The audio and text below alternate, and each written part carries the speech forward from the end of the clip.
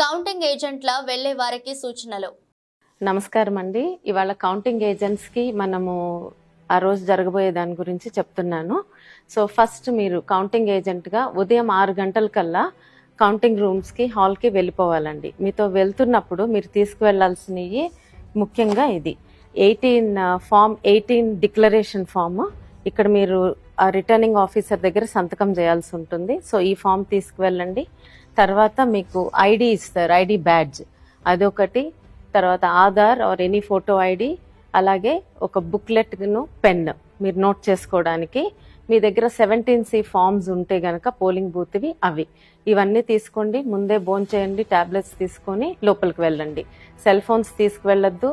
ఒకసారి counting agents మీరు లోపలికి వెళ్ళాక బయటికి రావడానికి ఉండదు. సో అలాగే మీ బ్యాడ్జ్ మీద ఉన్న నెంబర్, అంటే మీకు ఏ టేబుల్ నెంబర్ అనేది ముందే తెలుస్తుంది, ఏ టేబుల్ నెంబర్ వద్ద కూర్చుంటారో. సో మీరు ఆ టేబుల్ దగ్గరే కూర్చోవాలి, ఇంకెక్కడికి తిరగడానికి ఉండదు. సో ఇప్పుడు లోపలికి వెళ్ళాక కౌంటింగ్ హాల్ సెటప్ గురించి చెప్దాం. సో మీరు లోపలికి సైన్ చేసి వెళ్ళాక ఇలా హాల్లోకి వెళ్ళాక ఇదంతా రెడ్ కలర్ లో ఉన్నది ఫెన్స్ ఉంటుందండి. అంటే దీని లోపల ఓన్లీ ఎలక్షన్ కమిషన్ అపాయింట్ చేసిన వ్యక్తులు మాత్రమే ఉంటారు. మీరు కౌంటింగ్ ఏజెంట్ గా కూర్చునేది ఈ ఫెన్స్ బయట. ఇక్కడ చైర్స్ ఉంటాయి మీకు. మీ టేబుల్ నెంబర్ ఏదో చూసుకోండి, ఇలా 1 2 3 దాని ఎదురుగా వెళ్ళి అక్కడ కూర్చోవాలి. సో ఫస్ట్ రోలో జాతీయ పార్టీలకు సంబంధించిన వాళ్ళు కూర్చోవచ్చు, సెకండ్ రోలో స్టేట్. సో ఇక్కడ కూర్చుని మీరు నోట్ చేసుకుంటారు ప్రక్రియ అయ్యే వరకు. సో నెక్స్ట్ వచ్చేసి ఇక్కడ 14 టేబుల్స్ ఉంటాయి. సో ఇది ఎమ్మెల్యే సెటప్ ఒకటి ఉంటుంది, ఎంపీకి ఒక కౌంటింగ్ హాల్ ఉంటుంది. సో 2 కౌంటింగ్ హాల్స్ ఉంటాయి. సో ఎక్కడైనా సరే 14 టేబుల్స్ ఉంటాయి. ఈ 14 టేబుల్స్ లో ఒక్కొక్క టేబుల్ వద్ద మీకు ఒక కౌంటింగ్ సూపర్వైజరు, కౌంటింగ్ ఆఫీసరు, ఒక అబ్జర్వర్ ఉంటారన్నమాట. అలాగే ఒక రిటర్నింగ్ ఆఫీసర్ ఉంటారు, ఒక అసిస్టెంట్ రిటర్నింగ్ ఆఫీసర్, మన ఏజెంట్, ఇంకొక ఏజెంట్.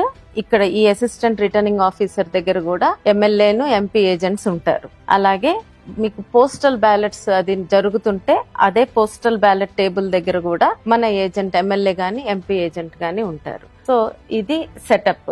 ఇప్పుడు కౌంటింగ్ ప్రక్రియ గురించి అండి. సో మొదట కౌంటింగ్ అనేది పోస్టల్ బ్యాలెట్స్ తో మొదలవుతుంది. మీకు 7 నియోజకవర్గాలు ఉన్నాయనుకోండి, ఒక పార్లమెంట్ పరిధిలో 7 కౌంటింగ్ హాల్స్ ఉంటాయి. అలాగే ఎమ్మెల్యేవన్నీ విడిగా జరుగుతాయి, ఒక హాల్లో జరుగుతుంది. ఎంపీ కౌంటింగ్ విడిగా జరుగుతుంది. సో పోస్టల్ బ్యాలెట్స్ ఒక ఎమ్మెల్యేకి అదే హాల్లో పక్కన కొన్ని టేబుల్స్ వేస్తారు, అంటే ఒక 4-5 టేబుల్స్ వేసి పోస్టల్ బ్యాలెట్ కౌంటింగ్ జరుగుతుంది. పోస్టల్ బ్యాలెట్స్ ఆర్ఓ ఆఫీసర్ ఆధ్వర్యంలో జరుగుతుంది. అలాగే మన ఏజెంట్స్ కూడా ఉంటారు అక్కడ. సో అది ఒక మొదలుపెట్టిన అరగంటకి 30 నిమిషాల తర్వాత ఈవీఎం మెషిన్ కౌంటింగ్ స్టార్ట్ అవుతుంది. సో ఇప్పుడు ఆ ఈవీఎం మెషిన్ కౌంటింగ్ ఎలా ఉంటుందో చూద్దాము. ఎంపీకేమో విడిగా ఇంకొక రూమ్ లో పోస్టల్ బ్యాలెట్ కౌంటింగ్ జరుగుతూ ఉంటుంది. అక్కడ కూడా ఆర్ఓ అధికారిను, మన ఏజెంట్స్ ఉంటారు. సో ఇప్పుడు ఈవీఎం కౌంటింగ్ ఎలా జరుగుతుందో చూద్దాం. సో మీకు ముందుగానే మీ టేబుల్ నెంబర్ ఏదో మీకు తెలుసు కదా. సో ఆ టేబుల్ దగ్గరికి వెళ్ళి మీరు ఫెన్స్ బయట కూర్చొని ఉంటారు. ఇక్కడ సెటప్ ఇలా ఉంటుంది. ఇదిగోండి టేబుల్, ఉదాహరణకి టేబుల్ 1. ఈ టేబుల్ 1కి పోలింగ్ బూత్ 1 నుంచి 1వ కంట్రోల్ యూనిట్ వస్తుంది ఫస్ట్. ఇది ముందుగానే నిర్ధారించబడి ఉంటుంది, ఏ పోలింగ్ బూత్స్ నుంచి వస్తాయి టేబుల్ 1కి అనేది.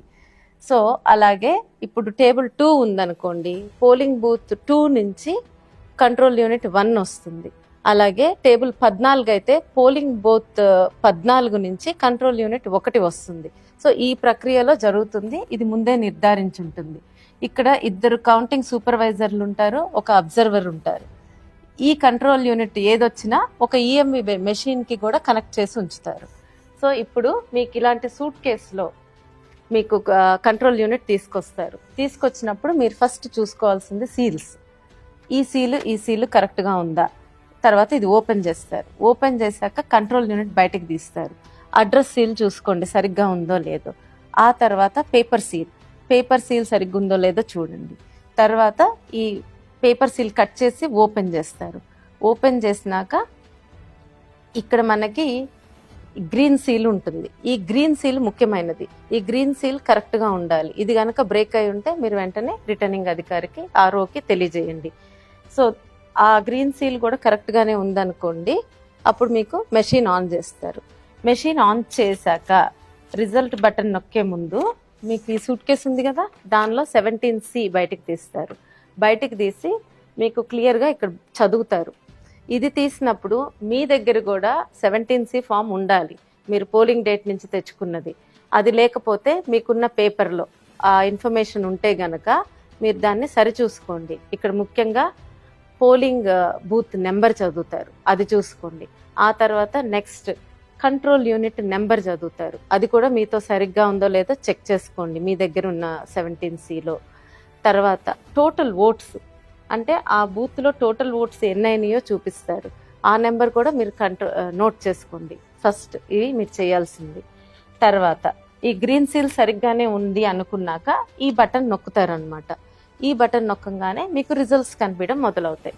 సో రిజల్ట్స్ వస్తున్నప్పుడు ఫస్ట్ మీకు పోలింగ్ తేదీ కనిపిస్తుంది, నోట్ చేసుకోండి. తర్వాత టోటల్ నెంబర్ ఆఫ్ ఓట్స్ కనిపిస్తాయి. ఆ టోటల్ నెంబర్ ఆఫ్ ఓట్స్ మనకి ఇప్పుడు ఈ 17Cలో మీరు ముందు చూసుకున్నారు కదా, ఆ ఓట్స్ నెంబర్ కరెక్ట్ టాలీ అవ్వాలి. ఒకవేళ అది టాలీ అవ్వలేదనుకోండి, వెంటనే ఆర్ఓ ఆఫీసర్కి తెలియజేయండి. అప్పుడు టాలీ అవ్వకపోతే ఆయన వచ్చి ఆ మెషిన్ని మళ్ళీ పక్కకు తీసుకువెళ్తారనమాట.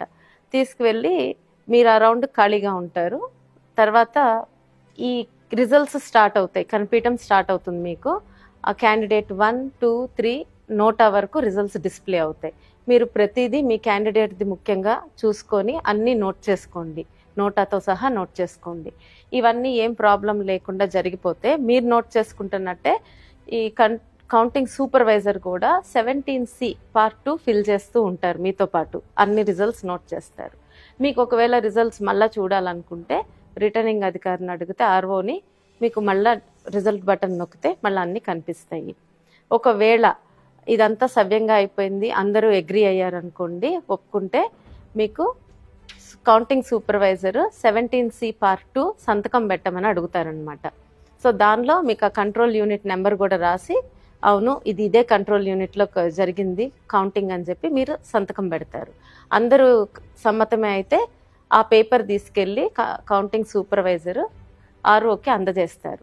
ఆయన అది కూడా సరి చూసుకొని కరెక్ట్గా ఉంటే మైక్లో అనౌన్స్ చేస్తారు. బోర్డు మీద కూడా ఈ రిజల్ట్స్ అన్ని డిస్ప్లే చేస్తారు. ఇదంతా జరిగితే ఒక రౌండ్ ప్రక్రియ కంప్లీట్ అయినట్టు. సామాన్యంగా ఈ రిజల్ట్స్ అనేది 2-3 నిమిషాల్లో అయిపోతుంది, కానీ ఈ చెకింగ్ అంతా అవ్వడానికి మినిమం అరగంట పడుతుంది. సో దాంతో ఒక రౌండ్ అయినట్టు. ఆ రౌండ్ అయిపోయాక నెక్స్ట్ ఈ అనౌన్స్ చేసిన పేపర్ ఈ 17C పార్ట్ 2ని ఇంకొక ఆఫీసర్కి ఇస్తారు. అది ఫామ్ 20లో ఇదన్నీ భద్రపరుస్తారు. ఫామ్ 20ని బట్టే మనకి తర్వాత క్యాండిడేట్స్కి అందించేది, దాన్ని బట్టే మన డిక్లేర్ చేసేది రిజల్ట్ని.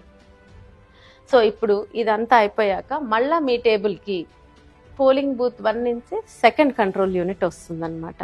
సో అట్లా రెండో రౌండ్ ఆ నియోజకవర్గంలో ఉన్న పోలింగ్ బూత్స్ అన్ని కంట్రోల్ యూనిట్స్ అయిపోయే వరకు ఈ ప్రక్రియ కొనసాగుతుంది. అన్ని రౌండ్స్ అవుతాయి.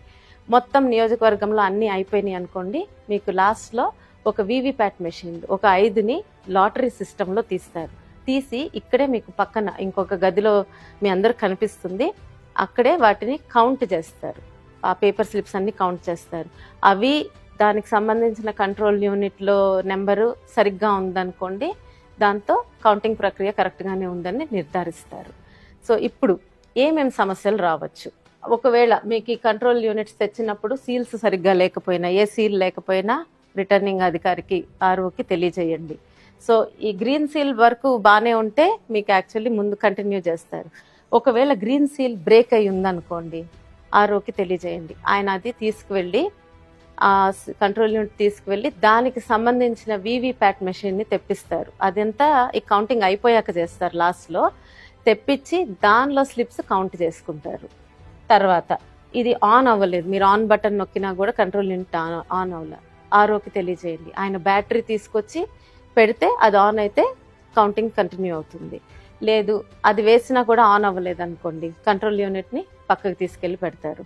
సేమ్ మళ్ళీ వీవీప్యాట్ మెషిన్తో స్లిప్స్ కౌంట్ చేస్తారు. రెండవది, మీకు టోటల్ ఓట్స్ 17C ఫామ్ మీద టోటల్ ఓట్స్ కౌంటింగ్ కంట్రోల్ యూనిట్లో టోటల్ ఓట్స్ తేడా ఉందనుకోండి, అంటే ఎక్కువ ఉన్నాయనుకోండి కంట్రోల్ యూనిట్లో, అంటే మాక్ రిజల్ట్స్ ఏమన్నా ఇరేజ్ చేసి ఉండకపోవచ్చు.